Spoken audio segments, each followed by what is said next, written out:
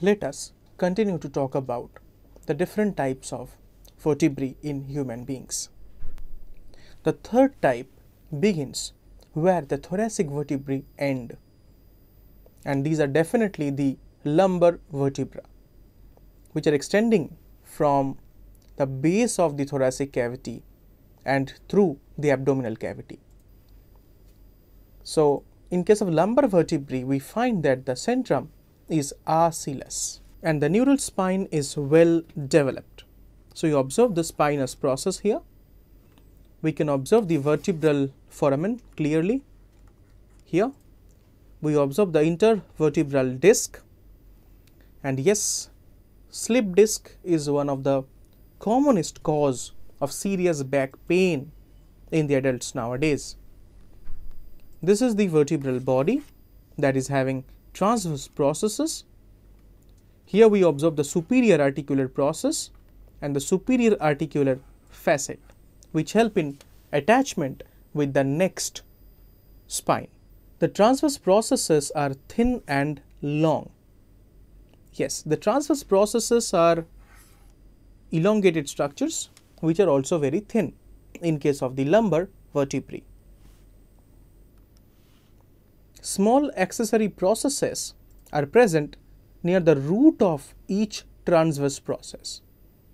At the root of transverse process, we observe small accessory processes which are not easily visible when we observe the lumbar vertebrae in human beings. It is the largest, heaviest and strongest vertebrae as they bear the weight of the abdominal viscera.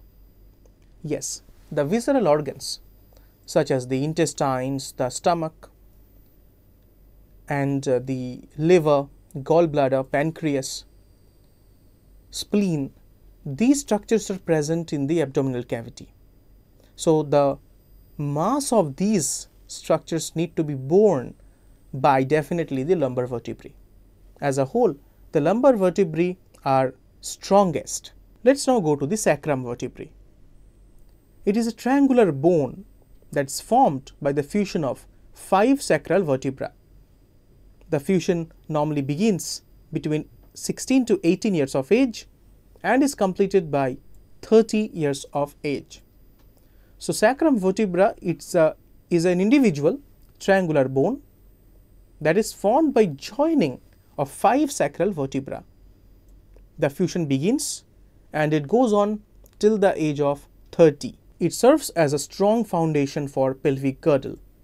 So, yes, you can clearly have a look at the sacrum vertebra here in the image, the triangular bone, and it is very important as it gives strong foundation for our pelvic girdle, from which our limbs are supposed to arise and they bear the entire body mass. The sacrum with 4 pairs of anterior and posterior sacral foramina is found. So, this is the sacrum vertebra. Here we can have a look the anterior and posterior view, and definitely at the end we have COCCYX, the terminal area. The lateral part of sacrum articulate with ilium of hip bone. So, yes, you can clearly understand the iliac bone of hip here at the diagram on the right, and the lateral part of the sacrum bone is definitely fusing with the ilium of hip bone by sacroiliac joints at the 2 lateral sides. The female sacrum is shorter, wider and more curved between sacrum 2 and sacrum 3, whereas the male sacrum is longer, narrower and less curved. So, yes, there is a difference between the sacrum of male and female.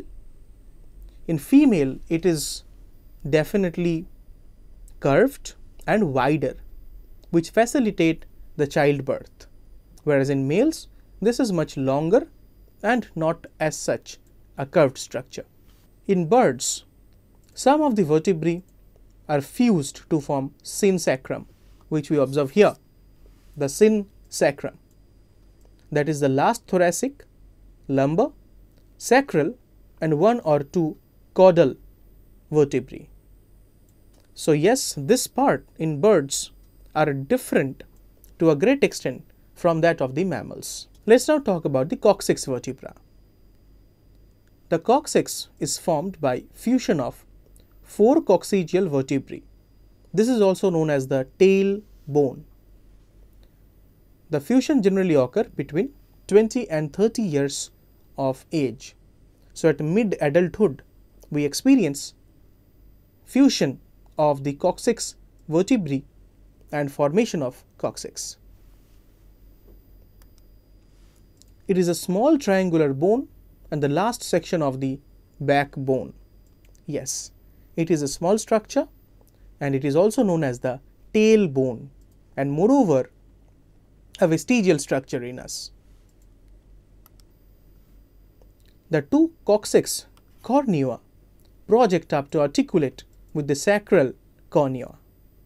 So yes, the sacral cornua are attached with the coccygeal cornua, because of which we observe the sacrum and COCCYX consecutively at the lower part of our vertebrae. The transverse processes are moreover rudimentary in these. Let's now know the human vertebral formula.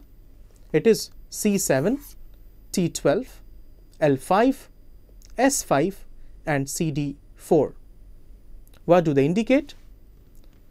C7 indicates 7 cervical vertebrae, T12 indicate 12 thoracic vertebrae, L5 indicate 5 lumbar vertebrae, S5 indicate 5 sacrum vertebrae which are fused, and finally CD4 indicate 4 COCCYX vertebrae which are fused.